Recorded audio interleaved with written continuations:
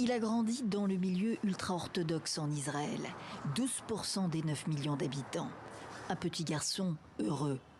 Ici, j'ai environ 6 ou 7 ans. Jusqu'au jour où tout bascule. Et sur celle-ci, 11 ou 12. L'enfant est violé chez lui un soir de Shabbat, puis à plusieurs reprises pendant 1 an par un proche de la famille qui l'héberge. Il me donnait des autocollants au début. Petit à petit, il m'a demandé de poser ma main sur son pantalon. Moi, j'avais 10 ans, je ne connaissais rien à la sexualité. Pas seulement parce que je viens d'une famille religieuse. On n'en parlait pas à l'époque, c'était honteux.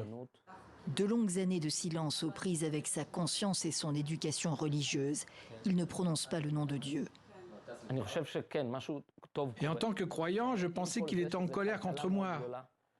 Parce qu'on m'avait fait quelque chose d'interdit et que j'avais accepté. Personne ne pouvait me sauver. Oser parler. Les ultra-religieux s'ouvrent progressivement aux réseaux sociaux et la honte a bel et bien commencé à changer de camp au sein de la communauté Haredi qui vit traditionnellement en vase clos. Premier scandale en décembre dernier. Chaim Walder, auteur à succès de livres pour enfants et thérapeute, mis en cause par des professionnels devant un tribunal rabbinique dans 22 cas d'abus sexuels et de viols, enfants et adultes, se suicide après avoir rejeté les allégations. Chaim Walder était une figure reconnue et adulée du monde ultra-orthodoxe. Il était reçu par les rabbins. C'était un éducateur considéré comme un modèle. Des violeurs dans tous les milieux, la prise de conscience est récente, souligne la fondatrice de l'association Tu ne te tairas pas, créée en 2015.